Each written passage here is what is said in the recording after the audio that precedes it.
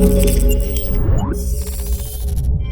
what's going on guys? Arekkz here, welcome back to another Division video. And in this video, I want to speak to you guys very briefly about the next phase of the PTS. A new post went up on the Ubisoft forums this evening that basically details some of the changes coming to Phase 3. Of course, Massive are still fine-tuning and tweaking the build to try and get it to a place where both 1.6 and Last Stand are solid, and both they and the community are happy with it. So some of the changes that they're going to be implementing should address some of the current problem points, the things that people have been talking about, as well as some other issues that of course they've been working on. So I'm going to go through all of them just in case you guys haven't seen that post, but as always it is also linked down below if you guys want to read it for yourself. So if you enjoy this, a like would be super appreciated. Comment down below, let me know your thoughts, but let's get started. So first up, reloading while sprinting. This is probably one of the things that most people unanimously disliked. This is basically something they put in place initially to try and make combat a little bit more tactical, so when it came to reloading you would sort of think twice about doing it out in the open, you might kind of go to cover, and they were sort of hoping that this might force people into cover a little bit more, but the problem is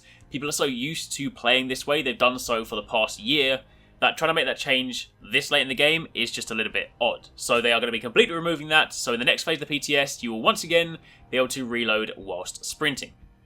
Moving on to the normalization issues, they said that their very first attempt at normalization was largely successful in that it basically allowed them to create a much more balanced PvP experience that for the most part reduced the impact of min-maxed gear.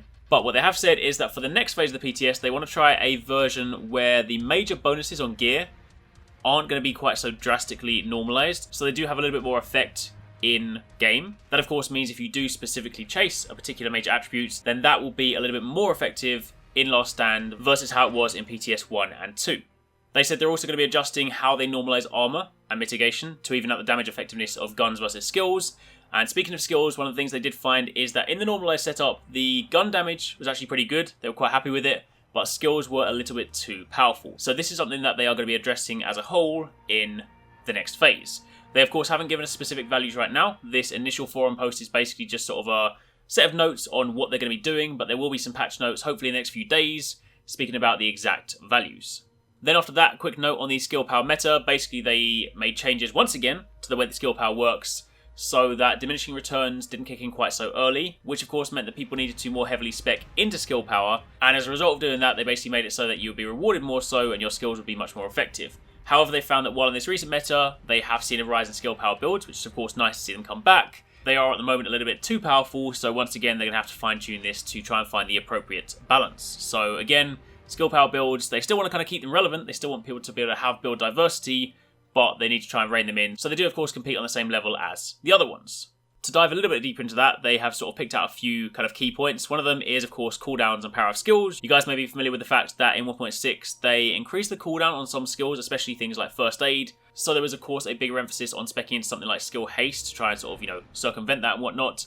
But the problem they were finding is that of course a lot of people didn't necessarily get the benefit of that, because unless you were heavily skill power specced, then if you're a DPS build like a tank build, then it might be quite a long time until you get to use your skills again. So they're going to be shortening the cooldown time ever so slightly. Again, no exact values until we get patch notes, but that is their intention.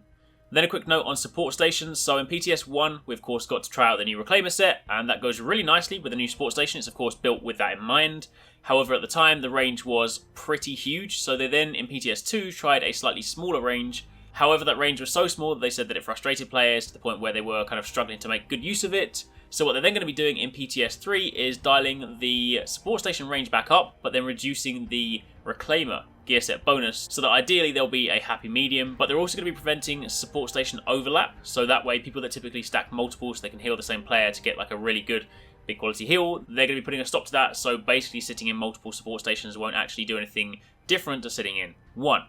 As for the next note, countering skill objects, they did notice that some of these objects, such as support stations, SEEKR mines and turrets, were a little bit too difficult to counter, so they're then going to try and make it so that they are more vulnerable to elemental damage, such as explosions and fire. The idea is not to make them squishy, because of course they still need to have value, but they want to make it so that if you're being run up on, say by like a SEEKR mine, or you see a turret, or you see something else, then there'll be a few more things that they can put in place to effectively take them out. So for example, if your SEEKR mine runs through some flames, or your sentry turret is inside an incendiary grenade, then I imagine that's of course going to go to the overall destruction of said skill.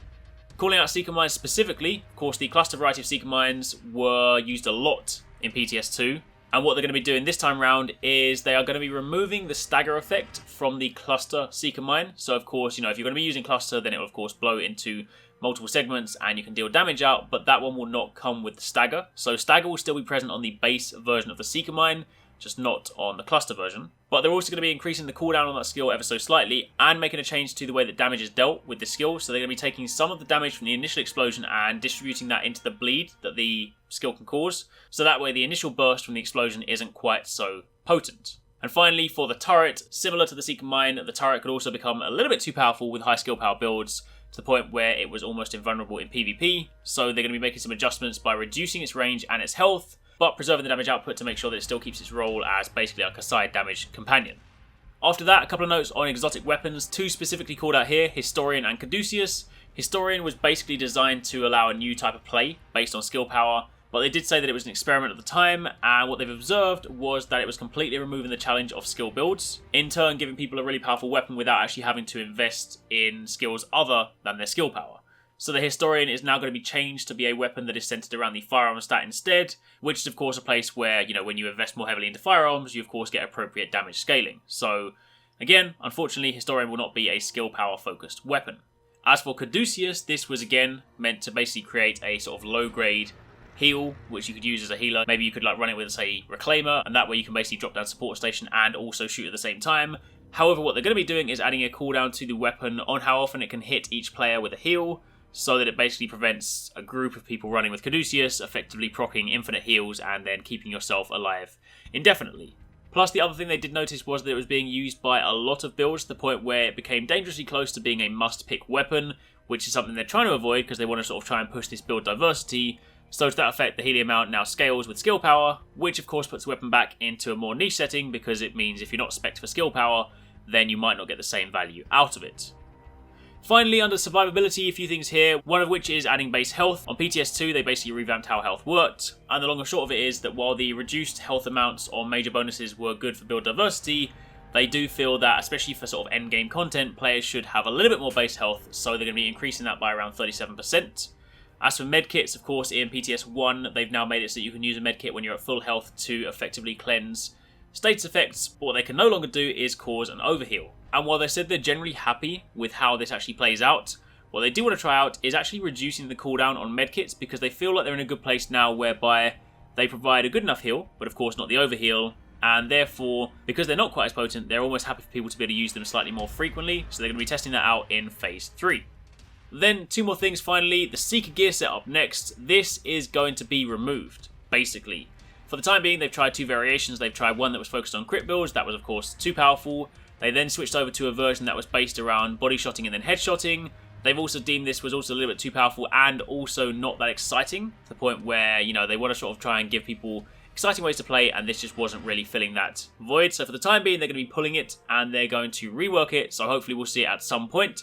They haven't said whether they're going to rework it with the intention of it still making it into 1.6, but if I had to hazard a guess, I would say it's going to be pulled completely, and then maybe we'll see it further down the line, because I would imagine they would need to take that one completely back to the drawing board. And then the final one is Legendary. They said that while this obviously hasn't been in the spotlight quite as much, they have received a lot of good feedback with it, and they said that for the most part they're happy with it. The main feedback point has been that it's a little bit too punishing in that if you die at the very end, because there are no checkpoints in it, you basically have to start the whole thing again. So each of the Legendary missions is going to get one checkpoint, so that way at least if you do die, you won't have to start from the very beginning. That's pretty much it. Those are some of the main changes coming to PTS Phase 3. As mentioned, we are still awaiting patch notes, so once we do get specifics, if there's anything else I need to kind of add or kind of detail further, I will of course let you guys know, but for the time being, that is pretty much it. So some interesting changes there, some of which I know people will be happy to hear, some of them I think less so. Some of the weapon changes, it's a bit of a shame sometimes because you see some weapons that do sort of rise up that you haven't used before and you think, oh, that's cool, that's pretty powerful, and then it gets pushed back down again. So we'll have to wait and see. I'll dive into the PTS once it goes live, and of course test it out for myself before I make any final conclusions. So for the time being, thanks for watching, take it easy, catch you next time, peace out.